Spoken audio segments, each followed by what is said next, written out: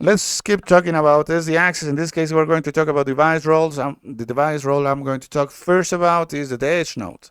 So these devices here are my edge nodes for my fabric.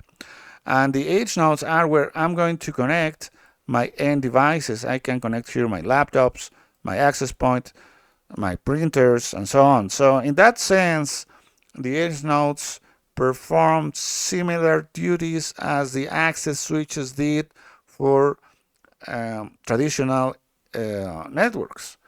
But the edge nodes perform several other duties as well. They are the XDRs for my fabric. Remember that in my fabric, I am running Lisp. So my edge nodes are in charge of registering every single device that gets connected to them through a map register message to the control nodes. So in this manner, the control nodes will be able to create a database of mappings between endpoints IDs and what are known as router locators. So let's put an example. Let's say that this device has the IP address 10.1.1.1, and this particular edge node to where this device is connected has a loopback IP address 10.0.0.1. So my mapping here, after this map register is successful, will be 10.1.1.1 maps to the rlog 10.0.0.1. So this information will be used later on in order to locate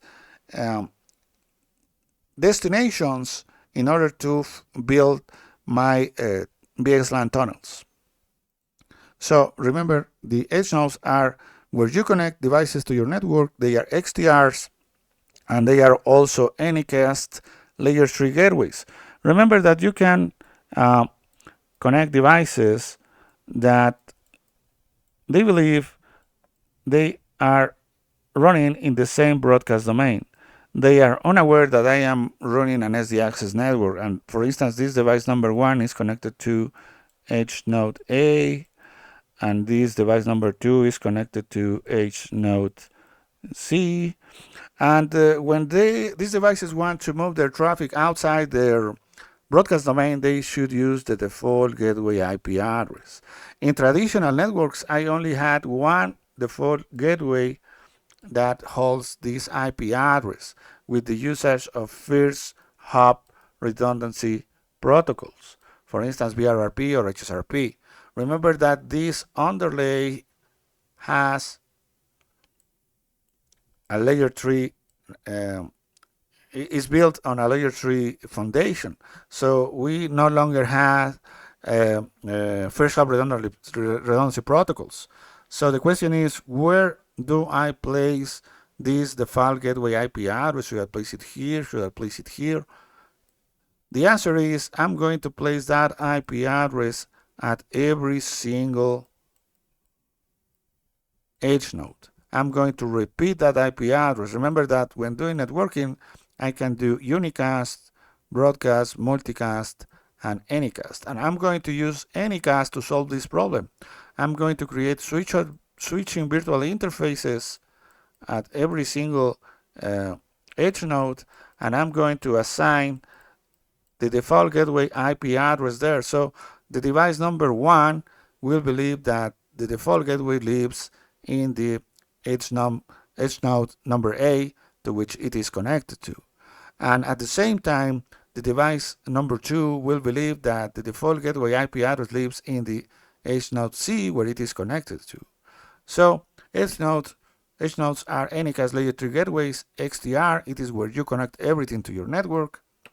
And they are also in charge of mapping virtual network IDs and scalable group tags to your traffic. So when a device is sending traffic to your fabric, the edge node is in charge of mapping or tagging this traffic with a particular virtual network ID and an scalable group tag for security measures.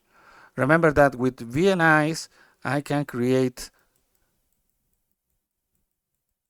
virtual networks in my overlay. For instance, I can create a virtual network for guest traffic, so I can separate that guest traffic from my corporate traffic. And I can use scalable group tags in order to execute a scalable group access control list.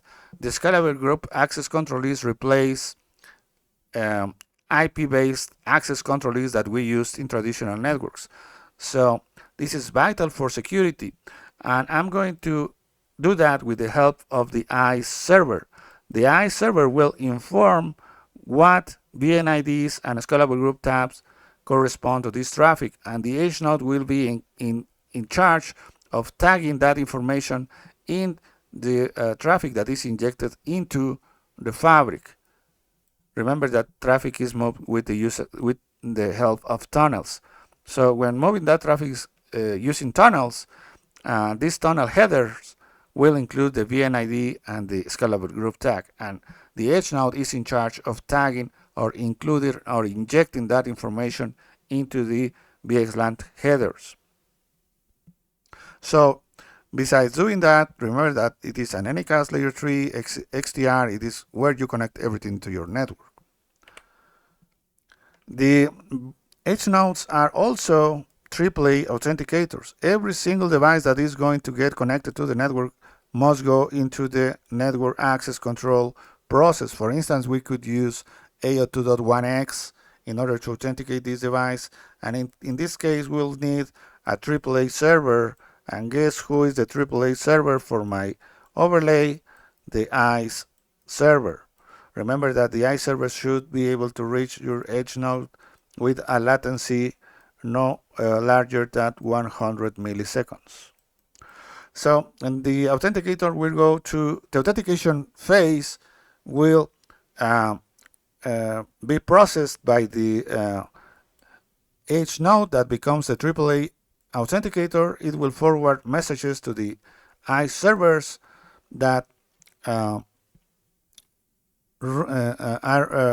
performing the role of AAA servers. So remember that edge nodes are AAA authenticators for network access control. They inject VNIDs, scalable group tags, Anycast layer 3 gateways. They are XDRs, and it is where you connect end devices to your network. Your edge nodes are also VTEPs. In VXLAN terminology, they will be in charge of creating tunnels. So in this matter, or in this sense, they should be able to encapsulate traffic, native traffic, for instance Ethernet traffic, and they should be able to encapsulate it into VXLAN tunnels, and they should be able also to de-encapsulate this traffic in order to send it to end devices that only understand Ethernet. For instance, we can have a device here that is willing to connect to another device here or send traffic where this destination has the IP address 10.1.1.2, and this particular destination is connected to this edge node whose loopback IP address is 10.0.0.2. So when this packet arrives to this edge node should be able to create, is in charge of creating a tunnel to this other edge node. But at this moment in time, this particular edge node is unaware of where this endpoint is connected to. So this edge node will have to send a map request message to the control nodes, and then the control nodes will have to look that into their database of mappings, and they will have to have this information already. They will have to include a mapping that says that the destination 10.1.1.2 has an RLOC of 10.0.0.2.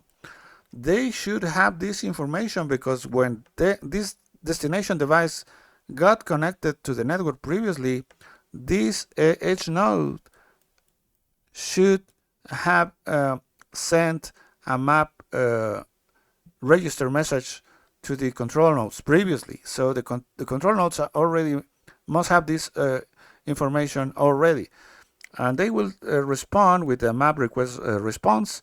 Then at this point in time, this edge node will have the enough information to create a tunnel to this other edge node. So remember that edge nodes are VTEPs. They encapsulate and de-encapsulate traffic, VXLAN traffic. They are AAA authenticator.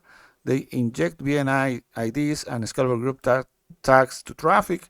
They are Anycast layer 3 gateways. They are XDRs, and they are the places where you connect everything to the network. They are also providing power over Ethernet, particular Cisco new generation of power over Ethernet that is known as UP power over Ethernet. With UPoE, you have more power available. And they are the perfect place to place stacking technologies.